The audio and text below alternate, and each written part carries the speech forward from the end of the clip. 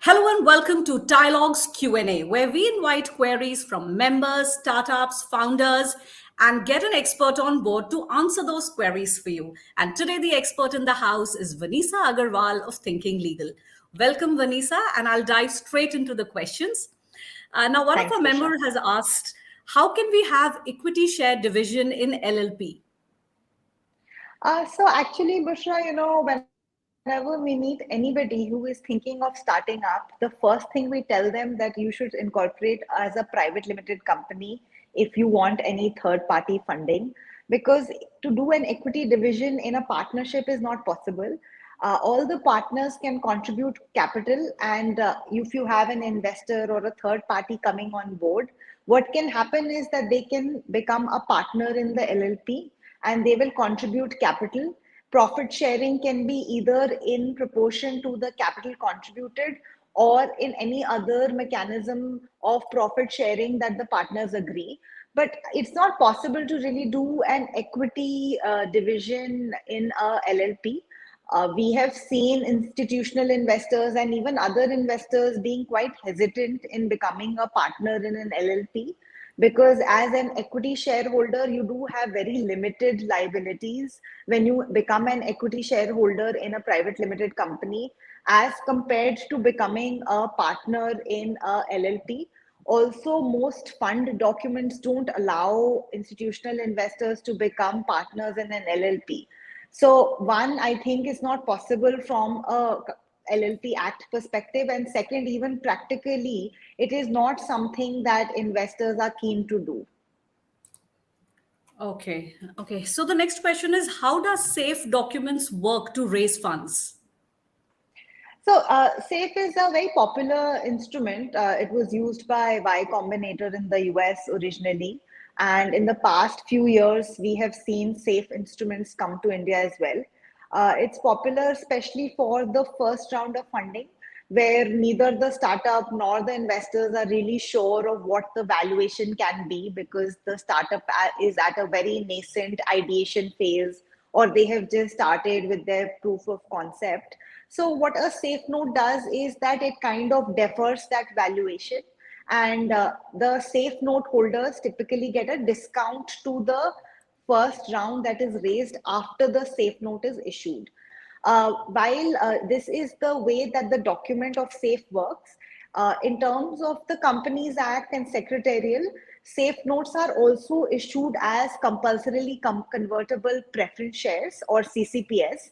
So the issuance mechanism under Companies Act is the same, and the primary difference is that the valuation is deferred, and there is a document called a SAFE document, which is executed with the investor to do a SAFE funding.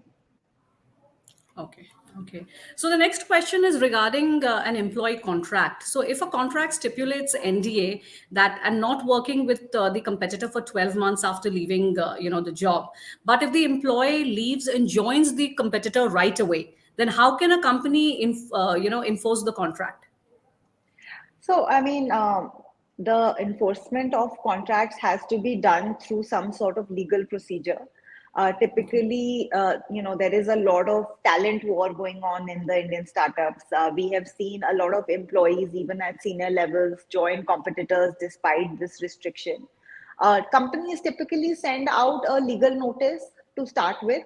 So a legal notice is something in which a lawyer or a law firm will give notice to the employee that what you're doing is not right. It is not in accordance with the contract that you have signed, and they will ask the employee not to either join a competitor, or they may even ask for some damages. The challenge is obviously that once the employee joins a competing organization, it is not always easy to kind of convince the employee through a legal notice to leave the organization or take a break of 12 months. In that case, one has to try to then file a case with the courts to get enforcement. There is something called an injunctive relief, which is possible. An injunctive relief is one in which the courts will order the employee to stop working with the competitor. These reliefs are possible, but they are not very common. Courts generally frown upon, and there is a section under Indian Contract Act which does not allow these non-competes to be very readily enforceable. So a non-compete is typically not easy to enforce. On the contrary, a non-disclosure agreement, if you can prove that the employee has actually given out some confidential information, that is something that it is possible to get relief from.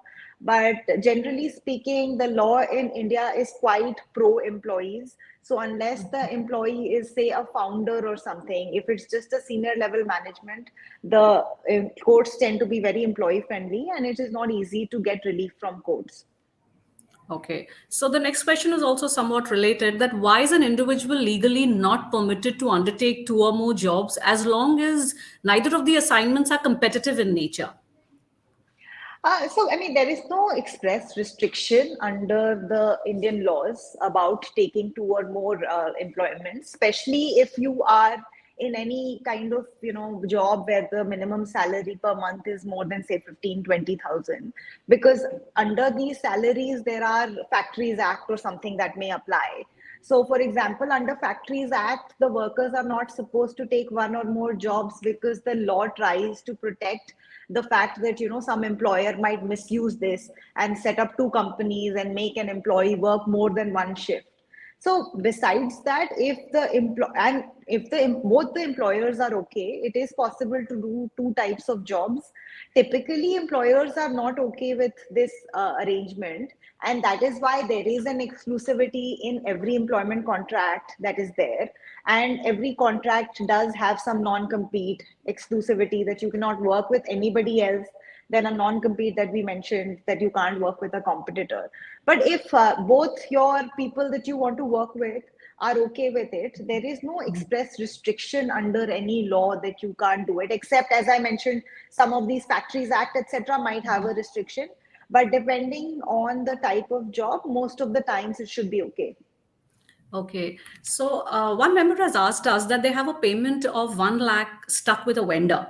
Now they've been chasing them for 5 to 6 months for the same, and the client is saying that they can only make the payment once they get it from their vendor. So what's the way around it? Yeah. What does a party do in such a case? So, Bushra, again, we work with a lot of startups. We feel the pain when the startups are not able to get payments from parties. You mentioned that the member has said that the amount is 1 lakh. Now, the challenge is that if someone is unwilling to pay, the only way to kind of get remedy under the legal process is to start some sort of, either you send a legal notice or you file a case or something. Anything that involves any legal intervention is obviously something that you will have to pay an external lawyer to do, unless you have an in-house lawyer from your startup which can do something. If there, when you're dealing with vendors, obviously to have watertight contracts is very important. Once you have that sort of contract in place, there are still times that people will not pay. In those cases, it's possible to get some relief from, say, Consumer Protection Court, depending on the type of relationship that you have with them. If you are an MSME, there is also a mechanism under MSME Act to get some relief or file a complaint. Otherwise, the contracts that you may sign with your vendor also might provide a dispute resolution mechanism. So there may be an arbitration that is provided, or there may be some courts that have jurisdiction on that dispute. So as the first line of defense, one again, typically people send a legal notice. After the follow-ups, legal notice might kind of hasten the process of getting the vendor to pay. And after that, if that still doesn't work, then one has to evaluate if filing some sort of legal procedure, what is the cost of doing that, what is the timeline that one is looking at. Because even if you have a watertight case, there is still some time lag between filing the case and the case being decided. So one has to see what that timeline is and how that can be worked out. But if the repeated follow-ups are not working, I would then suggest to send a legal notice, because that sometimes does kind of put notice to the other side that you are serious about pursuing your legal options. Thank you, Vanessa. Thank you for your time. Thank you for answering these queries for our members. Thank you so much, Bushra, for having me.